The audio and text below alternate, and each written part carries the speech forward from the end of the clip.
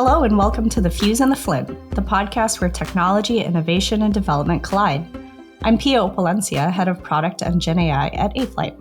And I'm Jeff Mielke, design director at 8thLight. Thanks for tuning in to the first episode of the Fuse the Flint, an 8thLight podcast. Today we'll be discussing designing for AI.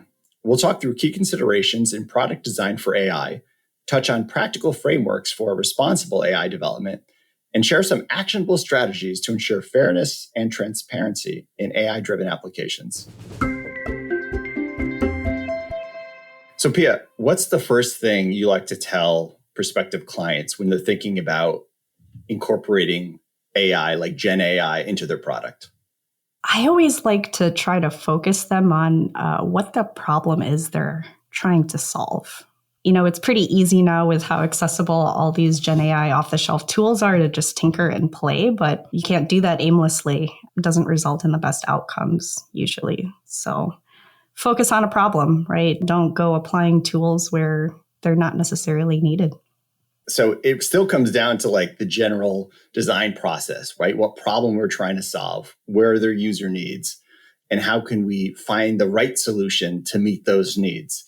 It's not really about, let's just throw AI on our product. Yeah, I would agree with that. And part of that design process that you're mentioning is if you're not already talking to your users or your market, that's a prerequisite for anything that you're doing. I don't know if you've run into any situations like that where they haven't done any user research yet and they've just put AI on something. Absolutely. Yes. We had a client last year who really wanted to jump on the wave, the hype of AI. And they said, what can we do? How can we leverage this right away? Meanwhile, there were other issues that they should have really focused on first. And maybe AI wasn't the right solution.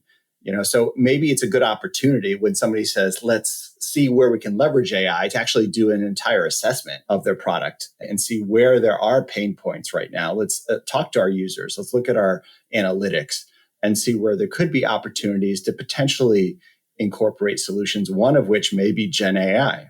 Yeah, and I think it's interesting that you mentioned that because sometimes when stakeholders hear that, they think, oh, it's going to take a long time to assess this, right? So is there anything that you've applied to speed that process up or maybe do both at the same time? Yeah, I think fundamentally you need to understand the user journeys in the product. What are users trying to do? What are 80% of the users, let's say, trying to achieve in your product? And how are they achieving it today? And just aligning on that with your stakeholders is so fundamental to anything else you're going to do, including incorporating Gen AI into the product.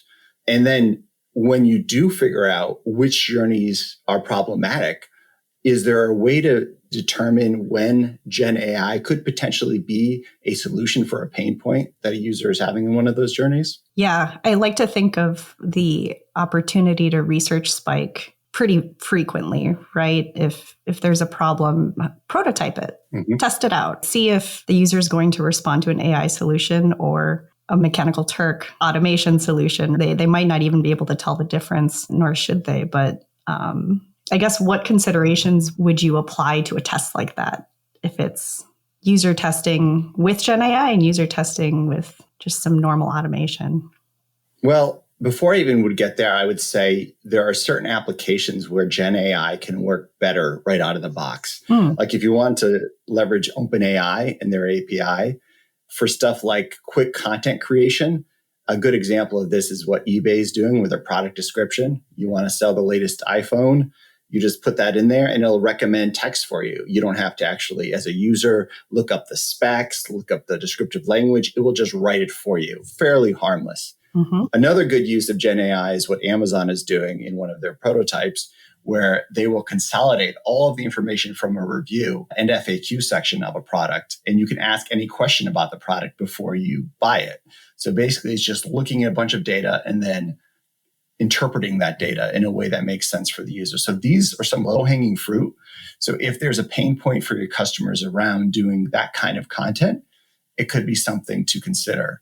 The only thing I would say is that when you're looking at consolidating data, even if you're controlling that data, one thing that people don't realize is hallucinations still can happen, even if you have all the data there, because the AI could actually interpret that data in some different ways. So most of the time it will be accurate, but you do always need that feedback mechanism in place so that you can say, this still may not be right. And you kind of fine tune that as much as possible to understand why the AI may be misinterpreting something.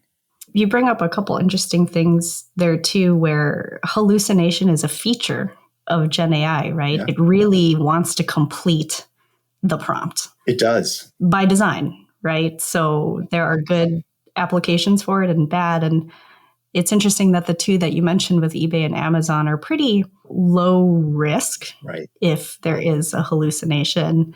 So we run into what are places where it's high risk, right, that a hallucination could be wrong, right? Like doctor's notes, EMR notes. So I guess in that theme, what are some design strategies to mitigate in the healthcare space versus, a consumer product space? Yeah, that's a great question.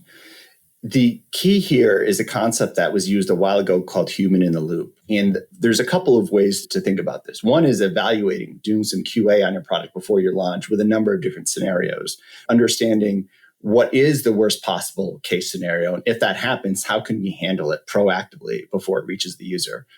And for stuff like in the medical field, when companies are using image analysis to detect cancer and other anomalies, what the AI is doing, and it's important to design a system this way, is to kind of detect anomalies and then to explain to the human in the loop, the doctor, here's why this appears to be an anomaly because of X, Y, and Z. So the doctor can kind of connect those pieces together and say, okay, now this makes sense, or actually does not make sense. Those three things aren't related, and this is probably erroneous. But there's a human in the loop, and the AI is explaining not only here's a potential problem, but here's how I got to that conclusion, right? They're describing the steps and the rationale behind that decision. And that's so important when you're designing AI into your product, when you're working in a high-risk area, is for the AI to be very transparent in its decision-making process. In the industry, that's known as explainability, right? Right. So exactly.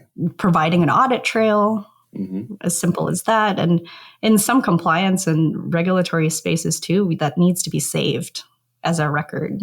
If you think about an AI investment bot for FINRA standards and whatnot, you might have to keep those records for 7 years, right?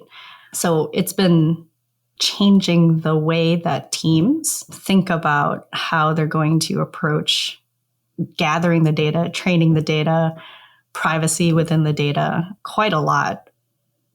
To change the subject a little bit, when we think about governance strategies too, in designing our processes around governance, Gen AI changes that for us, right? No longer are you doing 1 + 1 = 2. Okay, that's observable. It's transparent in its own right. It's predictable. It's deterministic. And with Gen AI, it's just expanding the consideration set for teams as they approach building their solutions. Exactly. Yep. So I think in summary, what we can say is you want to understand your user journeys, the users you're targeting, and how they're proceeding through those journeys. Where are their pain points and where are their business needs that you also have, right? And you kind of merge those two together. And once you have those, you can look for opportunities and associate the risk with potentially using something like Gen AI to address those problems. And definitely want to prototype. You want to monitor the behavior of this.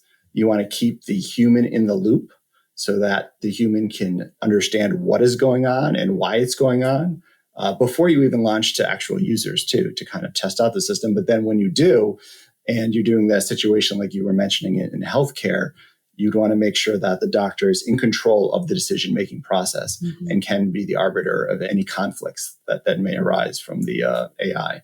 Yeah, and as you're describing that in summary, right, it's very much underscoring the need for very solid human-centered design practices. It's just the traditional product design and development workflow that works best, regardless of the emerging technology that's being used.